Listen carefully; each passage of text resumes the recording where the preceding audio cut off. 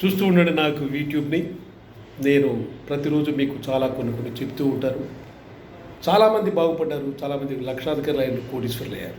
మా కింద ఉన్నవాళ్ళు అసోసియేట్స్ కూడా వాళ్ళు పనిచేసి సేల్స్ చేసి వాళ్ళ కమిషన్ కూడా ఎక్కువగా ఇచ్చారు.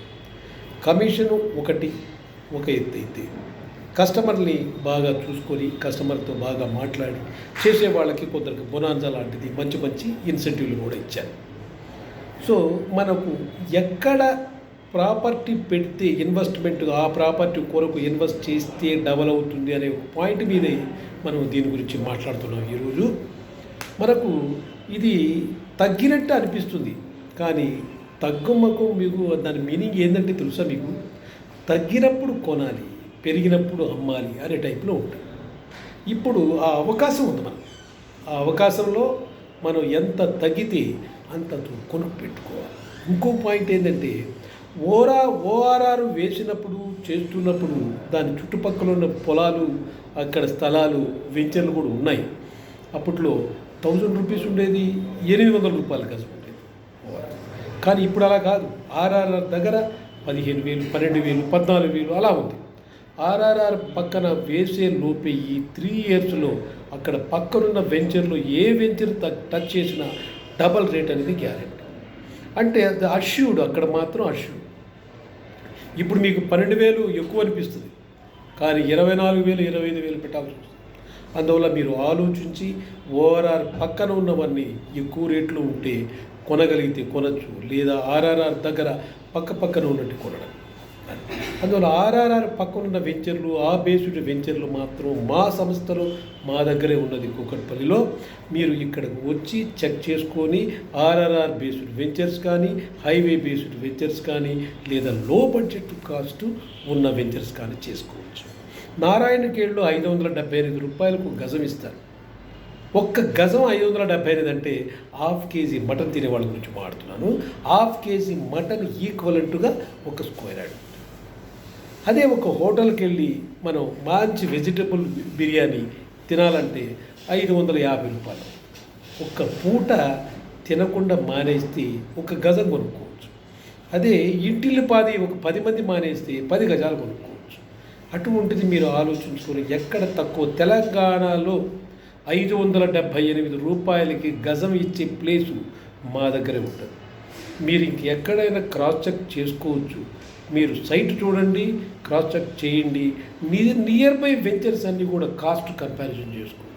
ఆ కాస్ట్ కంపారిజన్ చేసుకుంటే మీకు తెలుస్తుంది. కాస్ట్ కంపారిజన్ చేసుకోకుండా మీకు కొన్ని కంపెనీలు ఈ మధ్య పేపర్లో చూసుంటారు, టీవీ న్యూస్లో చూసుంటారు, కొన్ని కోట్లు 300 కోట్లు తీసుకుని ఒకతను వెళ్ళిపోయాడు, ఇంకొకరు 60 కోట్లు తీసుకుని వెళ్ళిపోయాడు, ఇంకో 140 కోట్లు తీసుకుని వెళ్ళాడు. ల్యాండ్ లేకుండా కూడా లేఅవుట్లు వేసుకుని అమ్ముకునే వాళ్ళు ఉంటారు. బ్రహ్మాండమైన కంపెనీ, దాని పేరు కూడా సినీ ప్రముఖులు కూడా బాగా సపోర్ట్ చేసే కంపెనీ ఉంది. ఆ కంపెనీ కూడా దివాలా తీసింది. కారణం ఏంటంటే ఆశ ఎక్కువ. ఏజెంట్లకి ఎక్కువ కమిషన్లు ఇవ్వడము, ఏజెంట్లు అమ్మలేకపోవడము, కస్టమర్లు వచ్చి చాలా నానా ఇబ్బంది పడడము, నెక్స్ట్ రిజిస్ట్రేషన్ కాకుండా పోవడము, ల్యాండ్ లార్డ్కి ఫుల్ పేమెంట్ చేయలేకపోవడం, ఇటువంటివన్నీ వస్తూ ఉంటాయి. కాబట్టి రియల్ ఎస్టేట్లో యొక్క సంస్థలన్నీ కూడా ఇబ్బందులు పడుతూ ఉంటాయి. మనకు ల్యాండ్ లార్డ్కి ఫుల్ పేమెంట్ చేసి ఆ పేమెంట్ మనం కరెక్ట్గా మనం చేసుకుంటూ పోతూ ఉంటే లేఅవుట్లు మనతో ఇమీడియట్గా రిజిస్ట్రేషన్ అవుతుంది. అందువల్ల అటువంటి వెంచర్లు మాత్రమే హైవే బేస్డ్ మా దగ్గర ఉంది. కంకోల్ కానీ, లింగంపల్లి కానీ, కేపీ దిగ్వాల్ దగ్గర లింగంపల్లి, తర్వాత జహీరాబాద్, ఈ 3 వెంచర్లు మీరు రూపాయి పెడితే 2 రూపాయలు అవుతుంది. అదేవిధంగా ఫామ్ ప్లాట్స్ చాలా కొన్ని పెద్ద ఉంటుంది. కొందరు ఫామ్ ప్లాట్ చూస్తే భయపడతారు. అది పెద్ద ఏమంటారు దాన్ని, పెద్ద ఫ్రాడ్ లాగా, ఒక స్కామ్ లాగా అనుకుంటారు. Form plot is not a scam. ఒకప్పుడు జీపీ లేఅవుట్ ఉండేది. ఆ జీపీ లేఅవుట్ని ఇప్పుడు హెచ్ఎండి కింద కన్వర్ట్ చేసుకుంటున్నారు. ఎందుకది? ఆ రోడ్లు, ఆ ఫెసిలిటీస్ హెచ్ఎండికి ఈక్వల్గా ఉండాలి కాబట్టి కన్వర్ట్ చేసుకుంటున్నారు. అందువల్ల జీపీ లేఅవుట్ ఒకప్పుడు కొనకుండా వదిలేసే వాళ్ళు ఉన్నారు. ఆ జీపీ లేఅవుట్లు కూడా ఇప్పుడు మన తిమ్మాపూర్ దగ్గర 30,000 రూపాయలు ఉంది గజం. మీకు తెలుసు తెలియదు కనుక్కోండి. జీపీ లేఅవుట్లు కొందరు ఎల్ఆర్ఎస్ పే చేసి అందరూ హెచ్ఎండి కింద తీసుకుంటున్నారు. అదేవిధంగా ఫామ్ ప్లాట్లో ఉన్న అడ్వాంటేజ్ ఏంటంటే, ఇప్పుడు మీరు మహేశ్వరం దగ్గర కానీ, ఐఐటి దగ్గర కానీ ఎక్కడైనా హెచ్ఎండి లేఅవుట్లు కొన్నారు. కొన్న తర్వాత దాంట్లో మీరు ఇల్లు కట్టుకోలేరు. కట్టరు కూడా, ఎందుకంటే ఇన్వెస్ట్మెంట్ అంటారు. అది ఐడియల్గా ఉంటుంది. ఒక 1000 రూపాయలు 1500 గజానికి డెవలప్మెంట్ ఛార్జెస్ మీరు పే చేసి ఉంటారు, అవన్నీ వేస్ట్. ఎందుకంటే మీరు ఇల్లు కట్టేటప్పటికీ 10 సంవత్సరాల తర్వాత అది పోల్స్ బెండ్ అయిపోయి ఉంటుంది, రోడ్డు కుంగిపోయి ఉంటుంది, ఒక ముళ్ళ పొదలు చెట్లు చూసి ఉంటారు. అదే ఫామ్ ప్లాట్ అలా కాదు.